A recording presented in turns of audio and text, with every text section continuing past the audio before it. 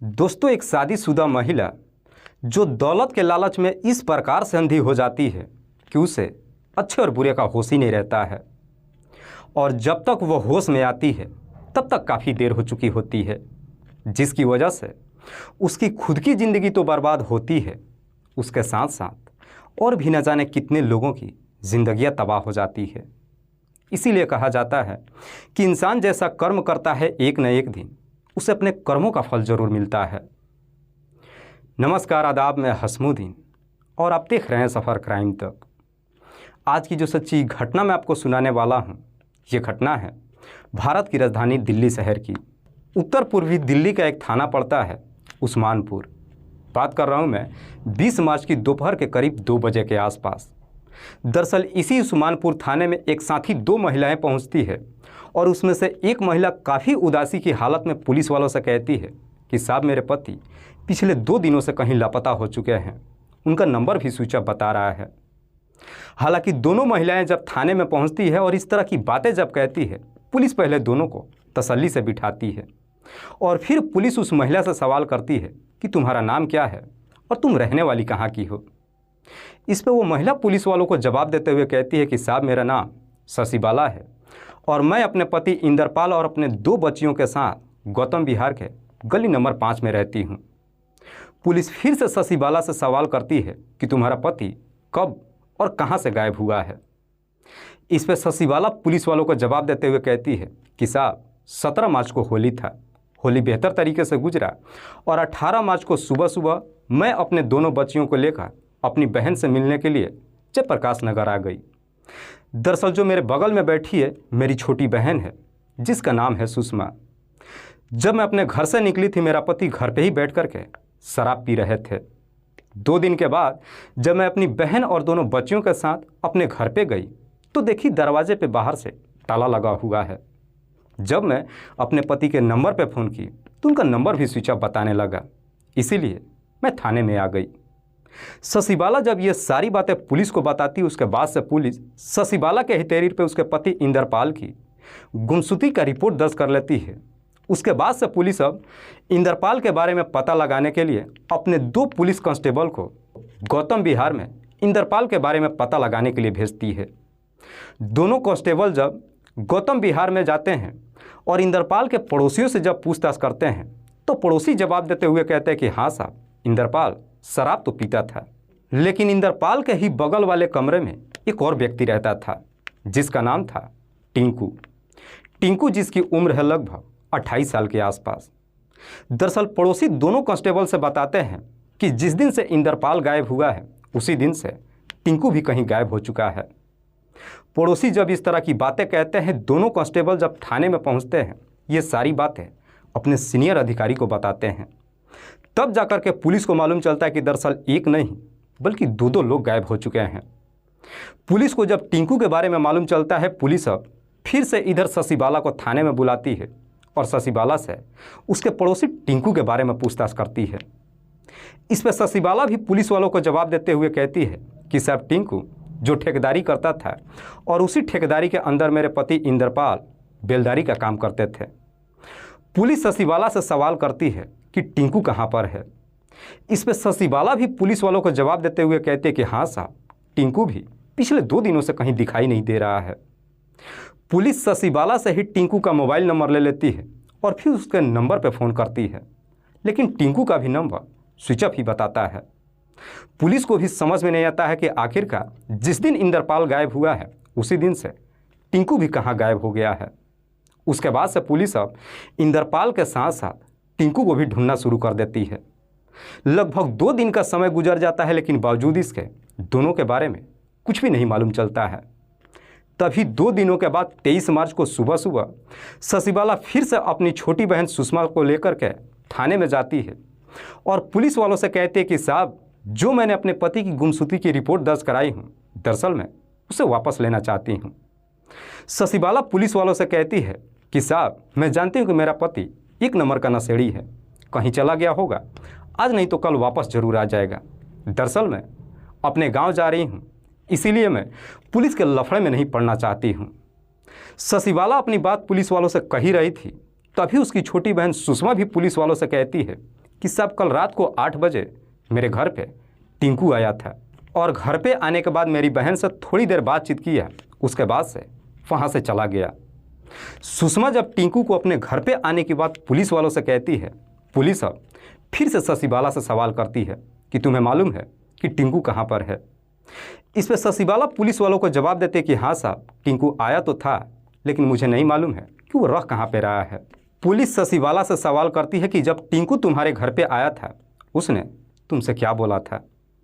इस पर शशिबाला पुलिस वालों को जवाब देती है कि साहब टिंकू ही बता रहा था कि तुम अपने घर चली जाओ और घर जाने से पहले जो तुम अपने पति की गुमशुदगी का रिपोर्ट दर्ज कराई हो उसे वापस ले लो, क्योंकि तुम्हारा पति आज नहीं तो कल घर पे ज़रूर वापस आ जाएगा, इसीलिए मैं थाने में आई हूँ। हालांकि शशिबाला जब ये सारी बातें पुलिस वालों को बताती है, पुलिस को उसके बातों पर यकीन नहीं होता है। दरअसल पुलिस अब ये सोचने पर मजबूर हो जाती है कि शशिबाला कैसी औरत है जिसका पति पिछले 5 दिनों से गायब है।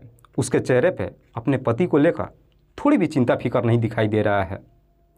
अभी पुलिस इन दोनों से बातचीत कर ही रही थी, तभी शशिबाला की छोटी बहन सुषमा के नंबर पे टिंकू फ़ोन कर देता है।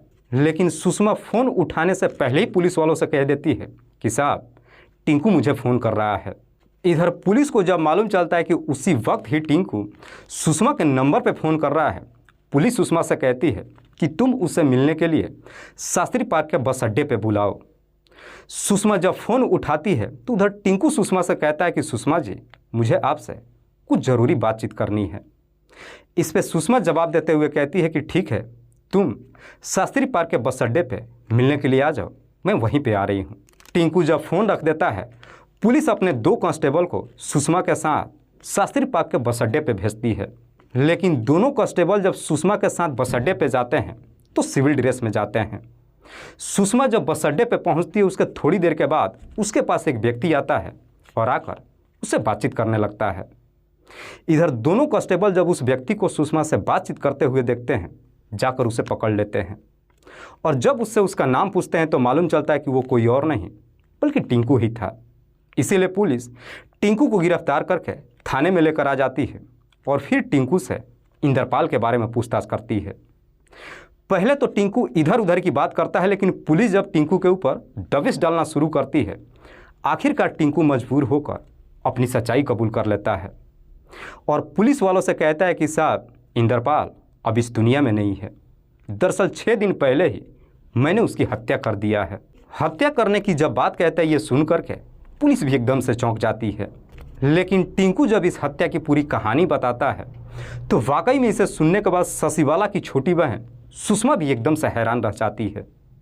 दरअसल इंद्रपाल, जो मूल रूप से उत्तर प्रदेश हापुड़ जिले के भगवानपुर गांव का रहने वाला है, जो पेशे से एक किसान है।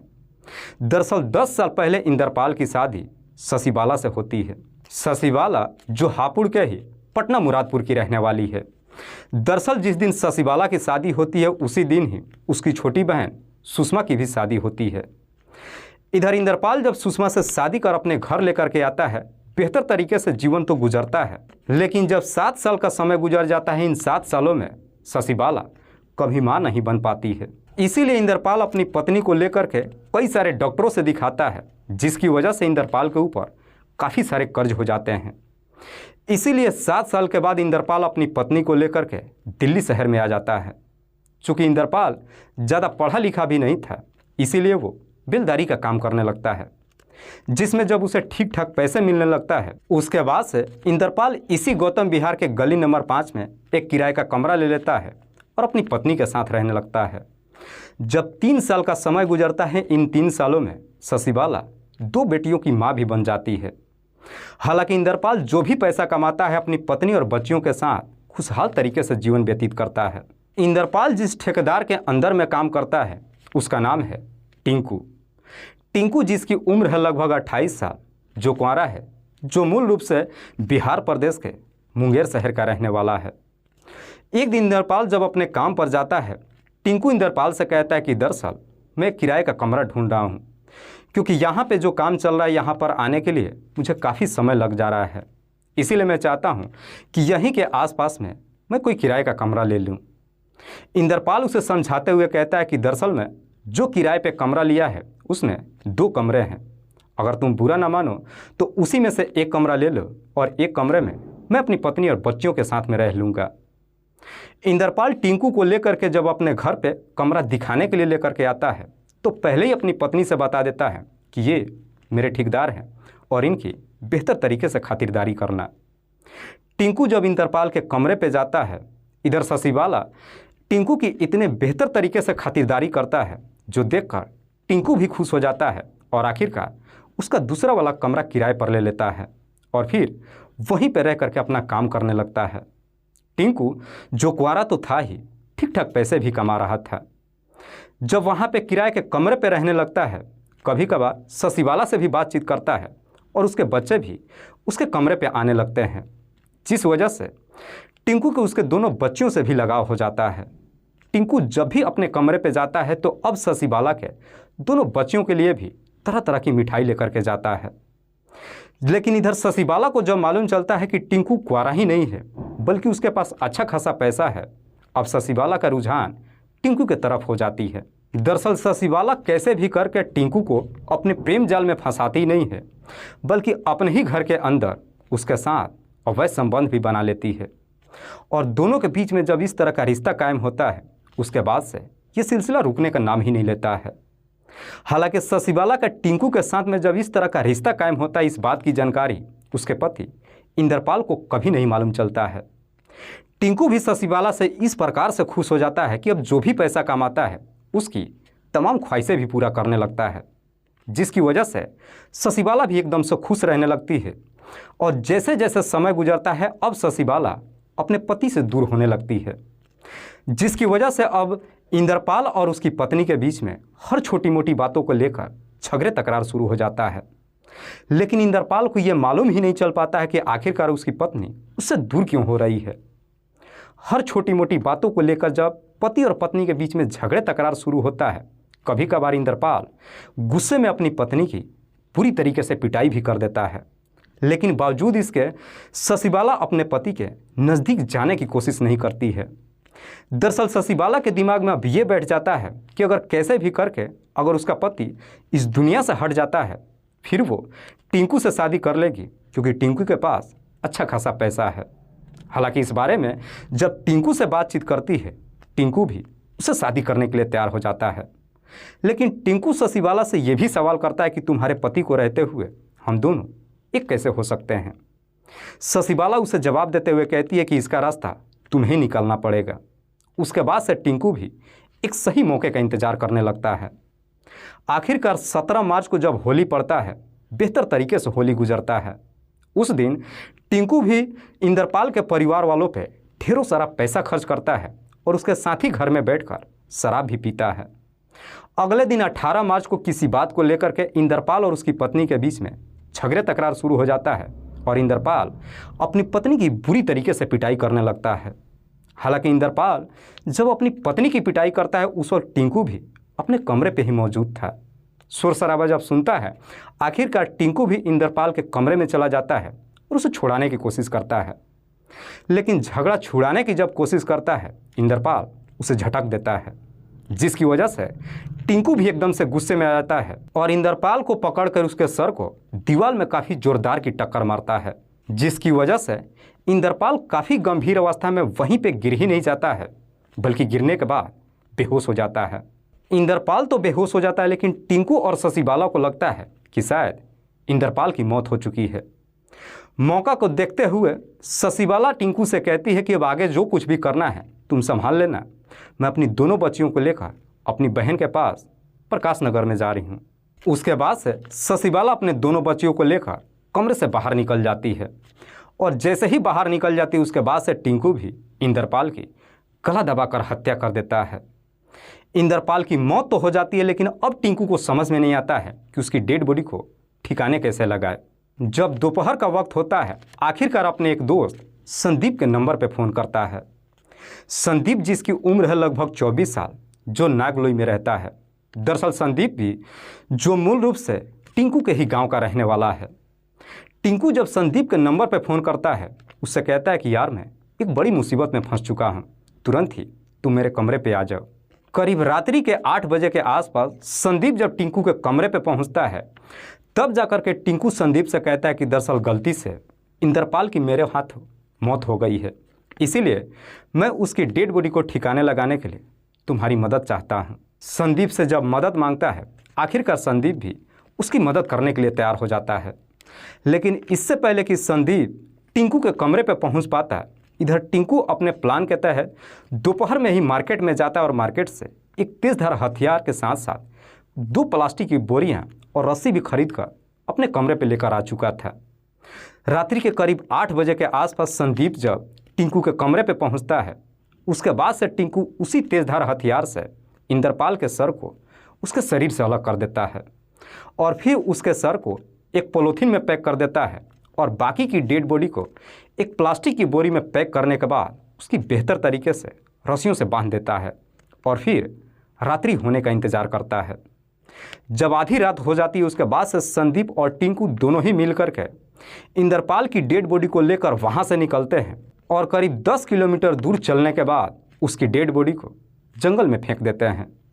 डेड बॉडी को जंगल में फेंकने के बाद वहीं से संदीप नागलोई अपने कमरे पे चला जाता है। इधर टिंकू जब अपने कमरे पे आता है, अपने कमरे की बेहतर तरीके से सफाई करता है। सफाई करने के बाद अपने कपड़े बदलता है और सारा सामान लेने के बाद उसी रात को ही अपने दरवाजे पे बाहर से ताला लगा करके अपने दूसरे कमरे करावल नगर में चला जाता है और फिर वहाँ पे पहुँचने के बाद ये सारी बातें इंद्रपाल की पत्नी शशिबाला को बता देता है। लेकिन जब 2 दिन का समय गुजरता है और इन 2 दिनों के बाद भी इंद्रपाल जब अपनी पत्नी और बच्चियों से मिलने के लिए अपनी साली के कमरे पे नहीं जाता है, तो इधर शशिबाला की छोटी बहन सुषमा परेशान हो जाती है। दरअसल सुषमा अपनी बहन से कहती है कि 2 दिन का समय गुजर गया, जीजा तुम लोगों से मिलने क्यों नहीं आए।